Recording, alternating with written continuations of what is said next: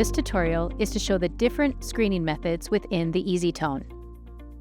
The easyTone offers multiple screening methods to match your screening needs. One method is the RASA, which stands for Rapid Assisted Screening Audiometry.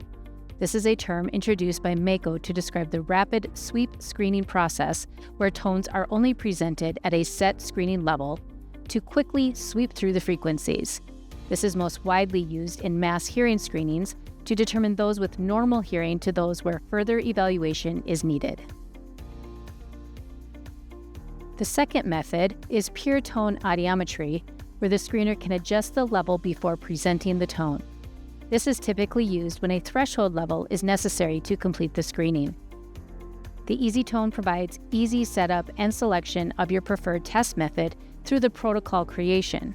Simply go to the protocol management screen, and when creating a new protocol, the first selection is the type of protocol to create.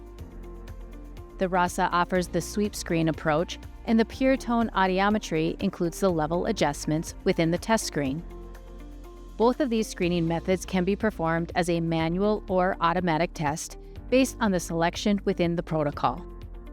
This completes the tutorial on the screening method options.